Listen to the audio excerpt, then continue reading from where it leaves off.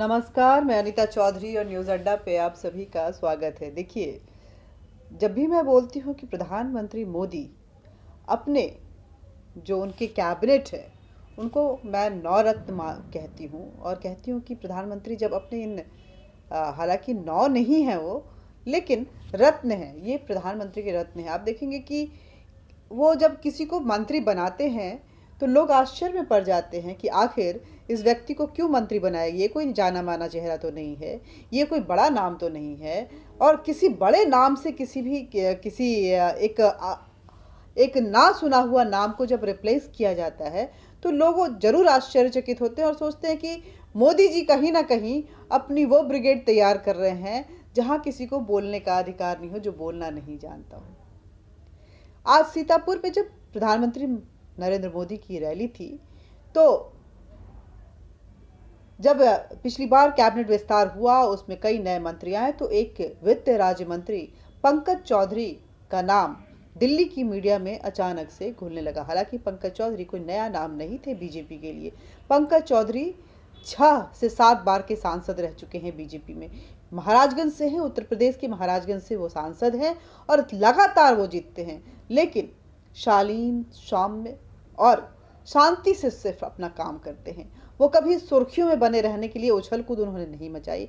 कभी भी उनकी बातों में वो इम्पैशंट लैंग्वेज जिसको कहते हैं, जहाँ पे भाषा पे कोई नियंत्रण नहीं हो, वैसी आपको चीज़ें नहीं देखने को मिलेंगी।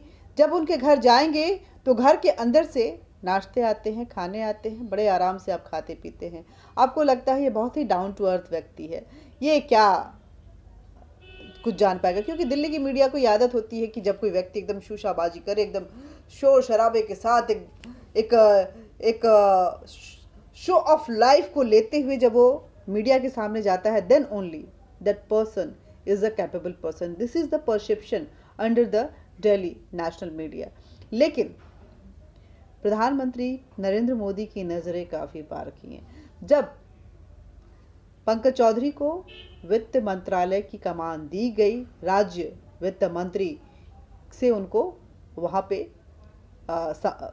पद देते हुए उनको पदभार दिया गया, तो लोगों ने कहा कि ये क्या कर पाएंगे, मंत्री बनाना है इसलिए बना दिया।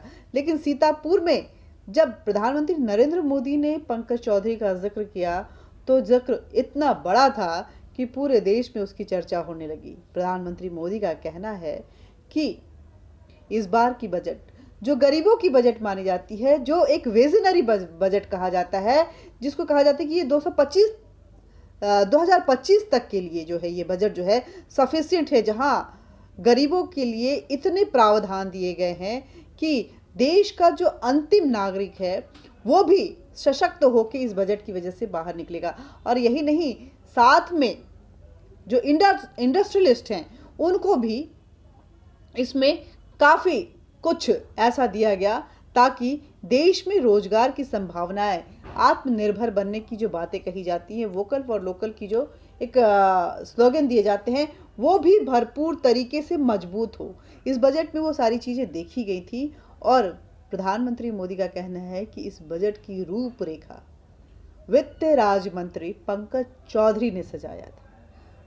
पंकज चौधरी की अगर बात करें तो अगर उनकी फैमिली पारंपरिक बिजनेस की अगर बात करें तो वो बिजनेसमैन रहे हैं, राहत रू उनकी कंपनी है, और साथ में वो एक सधे हुए पॉलिटिशियन भी हैं। खेल से उनका विशेष लगाव है, कई खेल के जो हैं वो पॉलिसीज़ और कार्यक्रम इस तरह की चलाते रहते हैं।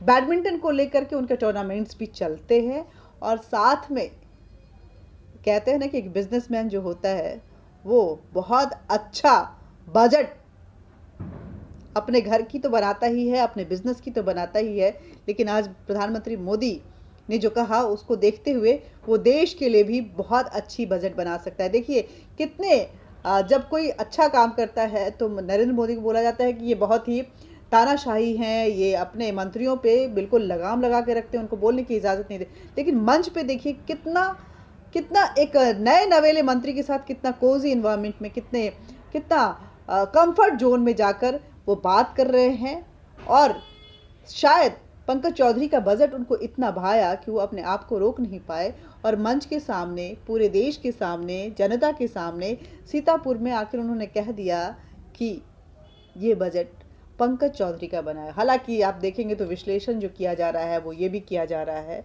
कि कहीं ना कहीं जातिगत जो जोड़ तोड़ है, राजनीति है, उसको साधने की कोशिश की जा रही है। लेकिन जो अच्छा काम करे उसकी तारीफ तो होनी ही चाहिए ना। सुनिए, ये विजुअल भी देखिए और सुनिए भी कि क्या कुछ कहा प्रधानमंत्री मोदी ने। वित्त राज्य मंत्री, पहली बार वित्त राज्य मंत्री बने, पहली बार मंत्रालय की कमान उनको दी गई है, पहली बार वो मंत्री बने हैं।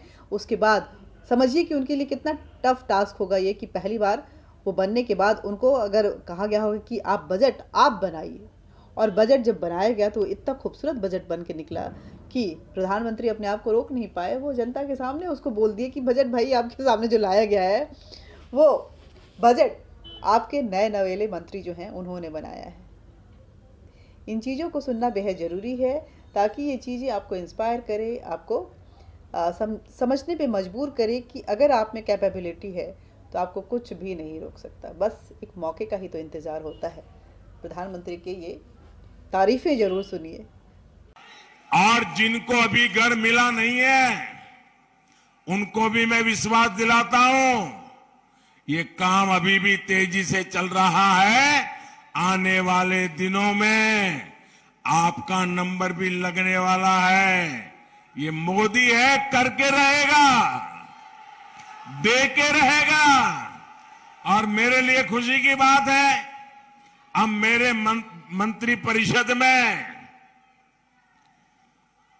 पंकज चौधरी जैसा वित्त मंत्री है, फाइनेंस मिनिस्टर है, एमओएस। इस बार के बजट की पूरी हिंदुस्तान में तारीफ हो रही है। ये बजट किसने दिया है? ये पंकज चौधरी जी ने दिया है जी। और उन्होंने भी आपके दुख दर्द को जानते हैं। इस बजट में भी गरीबों को लाखों घर देने के लिए कोटि कोटि रुपयों का प्रावधान कर दिया है। मैं पंकज जी को अभिनंदन देता हूं। भाइयों बहनों, ये जज्बा जो है वो कायम रहना चाहिए, लेकिन उस जज्बे में पेशेंस होना चाहिए, शांति होना चाहिए, संतुष्टि होनी चाहिए पंकज चौधरी की तरह।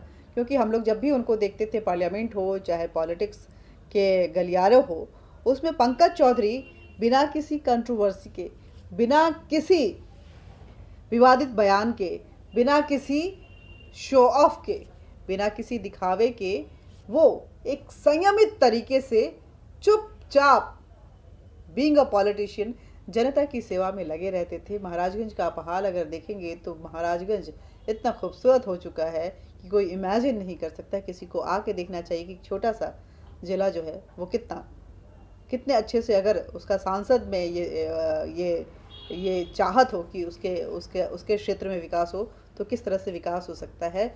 और उसी विकास को, अपने क्षेत्र के विकास को ध्यान में रखते हुए उन्होंने देश के विकास के लिए बजट पेश की। धन्यवाद आपका। इस वीडियो को देखते रहिए। तारीफें भी सुननी चाहिए, क्योंकि जो लोग अच्छा काम करते हैं वो सिर्फ अपनी तारीफों से उनका हम मनोबल नहीं बढ़ाते हैं, बल्कि वो समाज के न जाने कई ऐसे लोगों के लिए इंस्पिरेशन होते हैं, एक रोल मॉडल होते हैं, जिनको देख के लोग सोचते हैं कि मेरे अंदर भी वो ताकत है। बस मुझे मौका मिलने की देर है। जिस दिन मौका मिलेगा उस दिन बता दूंगा कि मैं क्या चीज़ हूँ। आसमान के किस चमकते सितारों में से हूँ जिसे कोई भी इग्नोर नहीं कर सकता है। जय हिंद, जय भारत।